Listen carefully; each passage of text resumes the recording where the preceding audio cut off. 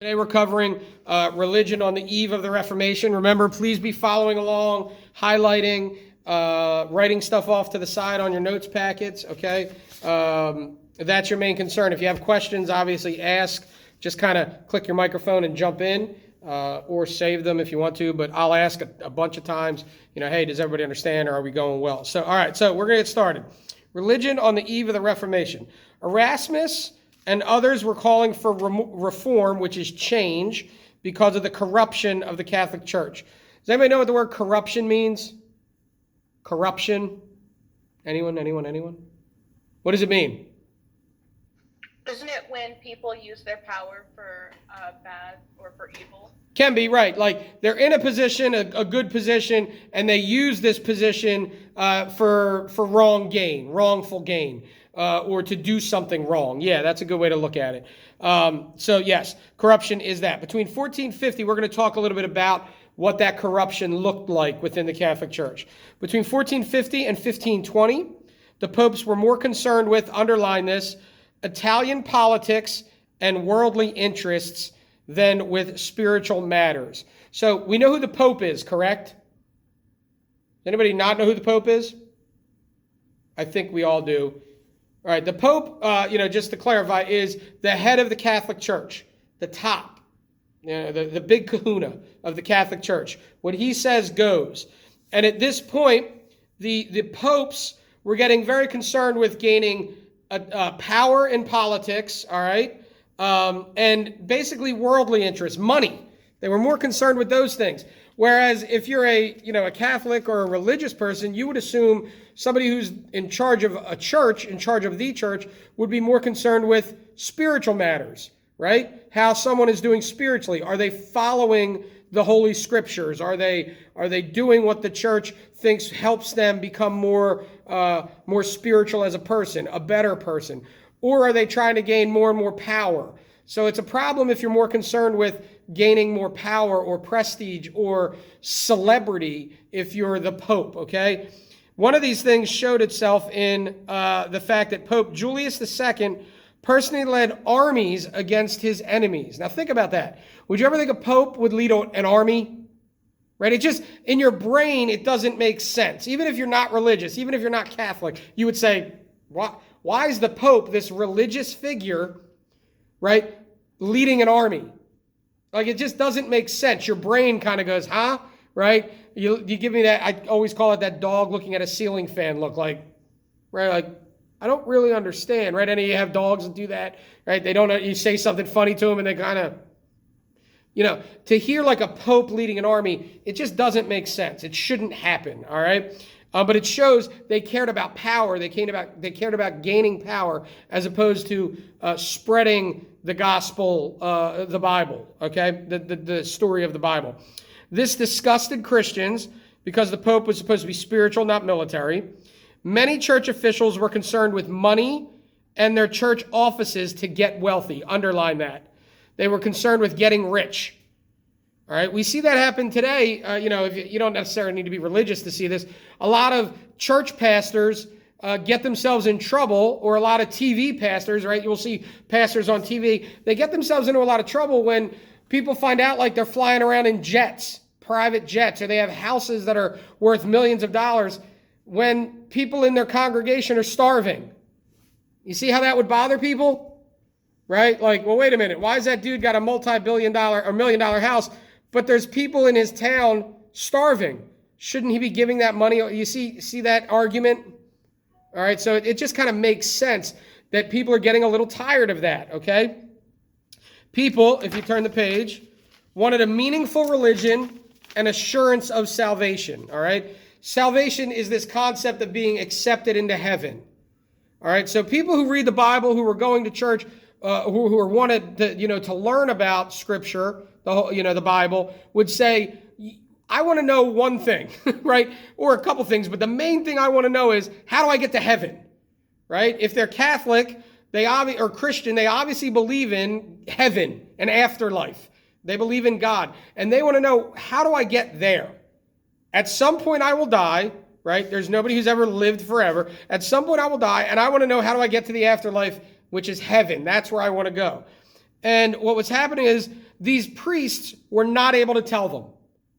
Now think about that, right? Imagine if you came into my history class every day, right? And every day you would ask me a question, Mr. Menudo, what does that mean? Can you explain, what the president was trying to do in 1942 by going to war with Japan? Could you imagine if I was like, I don't know, I never even heard of, Japan, right? What do you mean 1942 war? At some point you would go, this dude doesn't know what he's talking about. This dude doesn't deserve to be, there shouldn't be a history teacher. Do you see what I'm saying? So people were going to the church, they were going to the Catholic Church, they were going to their priest, and they were saying, can you please teach us? Can you please show us how to get to heaven? Give us an assurance of salvation. And they were like, I got no idea. I'm out. I got no answers. So people were getting frustrated. They were like, it's your job to know, right? You're supposed to be telling me. If you can't tell me, get away. Get me somebody that can, all right? But these priests only concerned themselves with, how do I make more money? How do I get richer? That's that corruption we were talking about. Their job was to explain salvation and how to be, get to heaven. And what they were doing was just trying to make money. So how were they trying to make money? Also bothered people. All right. And here's how they were trying to make it. Keep reading along. But many collections of relics. You're going to want to underline this. Collections of relics became popular as a means of salvation. All right. So underline that. So anybody know anybody that collects things? Right. Like I have Funko Pops, right? I have my Funko Pop. Anybody who's been in my classroom, I'll show you, right? Like I have a bunch of, can everybody see those, right? Right, everybody can see the Funko Pops, right? Like there they are. I mean, you've been in my classroom. Let me bring it down. See them all? I got a lot of them, all right? Like I got a ton of Funko Pops. I collect a lot of things. I collect sports memorabilia. I always have my whole life, all right? My wife makes fun of me, right? I'm like, whatever. I don't do anything bad. I collect, Funko Pops and funny things, whatever. Relics are, the concept of a relic is something that holds some sort of spiritual value. Do you understand that? Like somebody would tell you, you would come to me and as I was a priest and you would say, Father, can you please tell me how I'm supposed to get to heaven? And I would say to you, this cloth was blessed by water that the Pope blessed. And you would go, well, that cloth has to be important. And I would say, all right, so buy this relic from me, and that'll help you get to heaven. You see what I did there? All right. So you not being schooled in the scriptures because you're trusting me to teach you that, you would think, well, that's got to be true. That's got to be right. I got to collect all these things. How do I get holy dirt from the Holy Land of Israel? How do I get a piece of the cross? So I would just try to collect all these things to make myself be saved. So the priest is getting rich selling you things that have no value other than what I'm telling you the value they are. Does that make sense?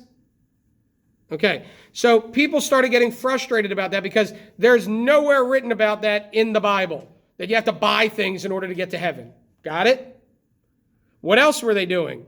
According to the church practice, at that time, a person could, underline this, gain an indulgence, keep underlining, or a release from all or part of the punishment of sin. So you could go do something wrong. That's what the word sin means. You could go do something wrong and then go to the priest and say, I messed up. I did this. And he would say, it's okay. Just buy this certificate. I'm going to sell you this certificate. And it says it frees you of that wrongdoing.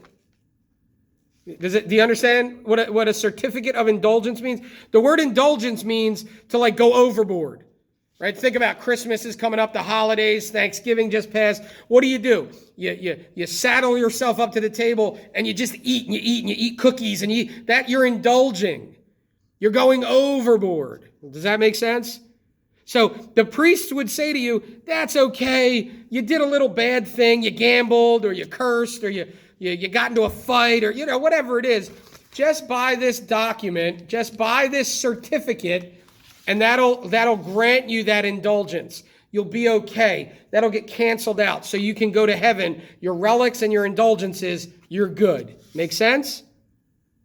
Again, nowhere in the Bible does it talk about that. So anybody who really wanted to follow the Bible would look at that and go, that doesn't make sense.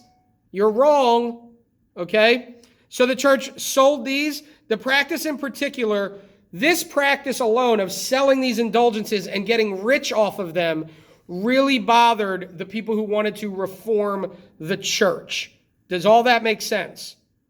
These are like if they were in a court of law, this was like, I'm going to put this into evidence as exhibit A and B, bang. We're tired of it. We're done with the Catholic Church if you can't fix these things. I'm going to stop there, okay? I'm going to stop with the notes there. It is your